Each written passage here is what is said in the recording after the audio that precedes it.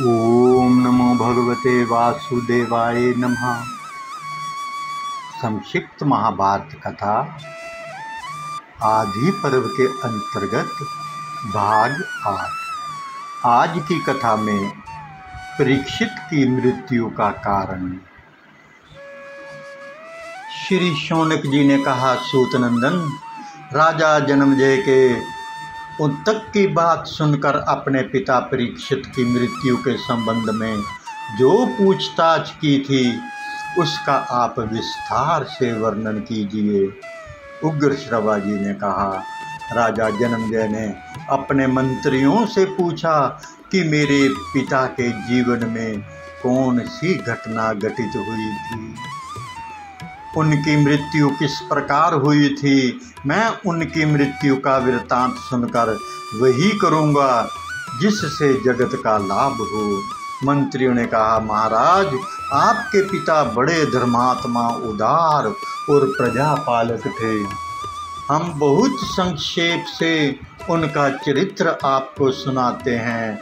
आपके धर्मज्ञ पिता मूर्तिमान धर्म थे।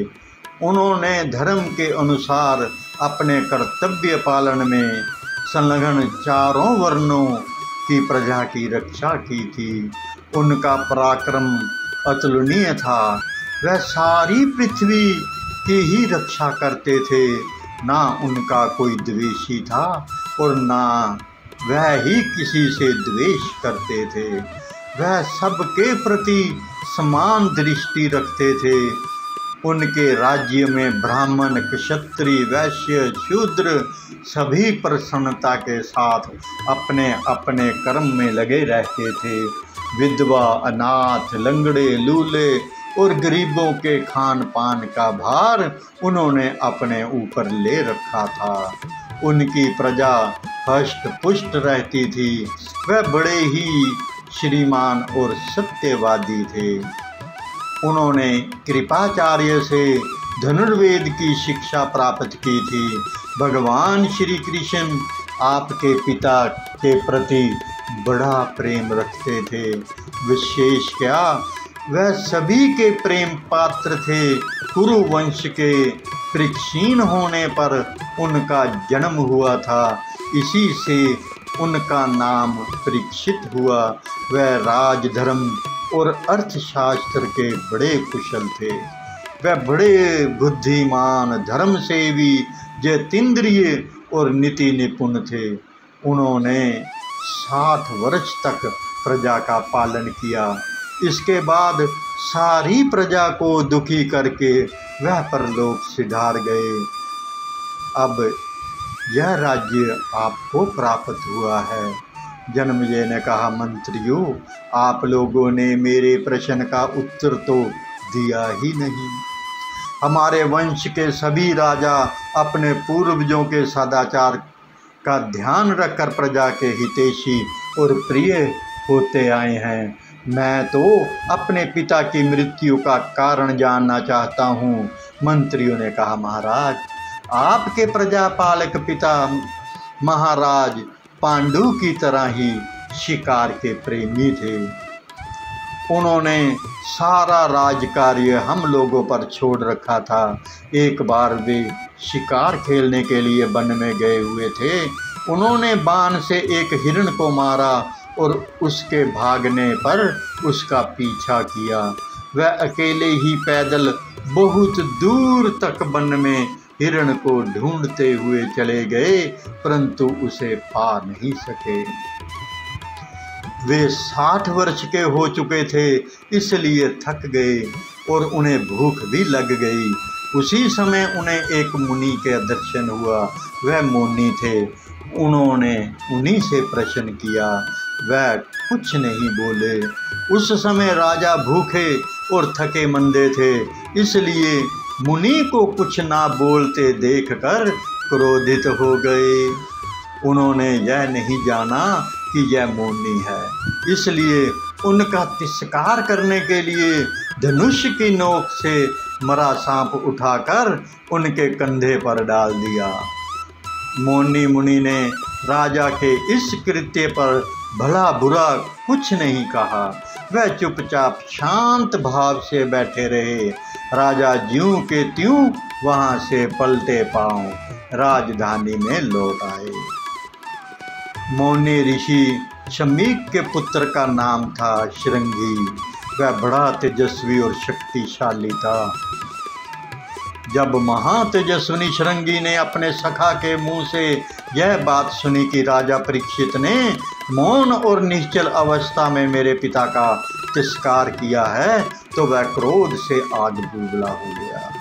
उसने हाथ में जल लेकर आपके पिता को शाप दिया, जिसने मेरे निरपराध पिता के कंधे पर मरा हुआ सांप डाल दिया, उस दुष्ट को तक्षक नाग क्रोध करके अपने विष से 7 दिन के भीतर ही जला देगा। लोग मेरी तपस्या का बल देखें। इस प्रकार शाप देकर श्रृंगी अपने पिता के पास गया और सारी बात कह सुनाई। शमीक मुनि ने यह सब सुनकर अच्छा नहीं समझा तथा आपके पिता के पास अपने शीलवान एवं गुणी शिष्य गोरमुख को भेजा। गोरमुख ने आकर आपके पिता से कहा, हमारे गुरुदेव ने आपके लिए यह संदेश भेजा है कि राजन, मेरे पुत्र ने आपको शाप दे दिया है, आप सावधान हो जाएं। तक्षक अपने विष से 7 दिन के भीतर ही आपको जला देगा। आपके पिता सावधान हो गए। 7वें दिन जब तक्षक आ रहा था, तब उसने कश्यप नामक ब्राह्मण को देखा। उसने पूछा, ब्राह्मण देवता, आप इतनी शीघ्रता से कहाँ जा रहे हैं और क्या करना चाहते हैं? कश्यप ने कहा, जहाँ आज राजा परीक्षित को तक्षक सांप जलावेगा वहीं जा रहा हूँ। मैं उन्हें तुरंत जीवित कर दूंगा।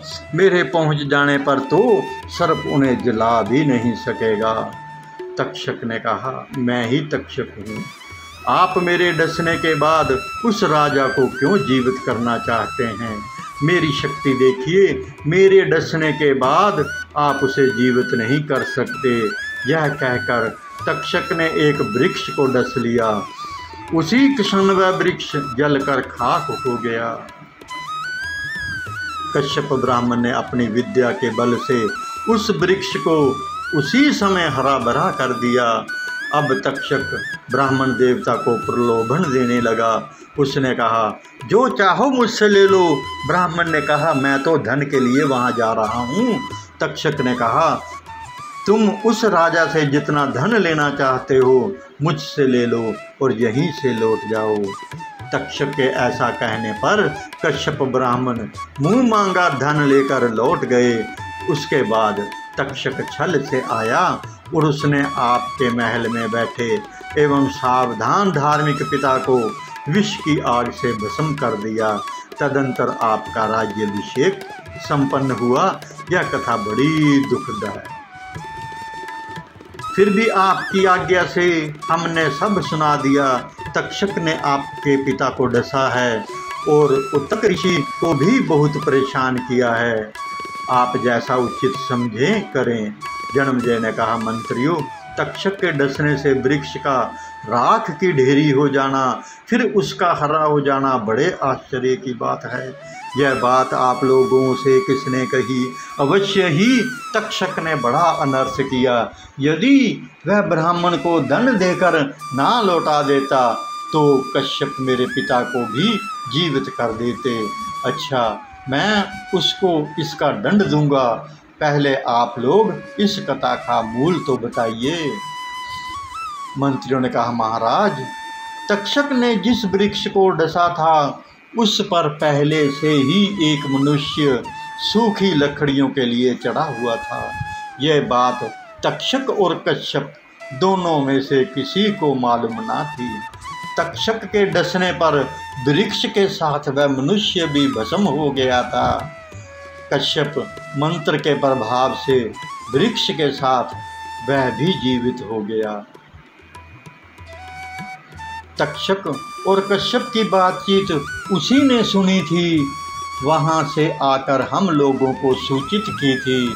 अब आप हम लोगों को देखा सुना जानकर जो उचित हो कीजिए। एक विनम्र निवेदन है, संपूर्ण महाभारत की रोचक एवं ज्ञानवर्धक कथाओं का आनंद लेने के लिए हमारे YouTube चैनल कहना सेवा के साथ जुड़ें तथा कथाओं को शेयर कर अपने मित्रों संबंधियों को भी लाभान्वित करें।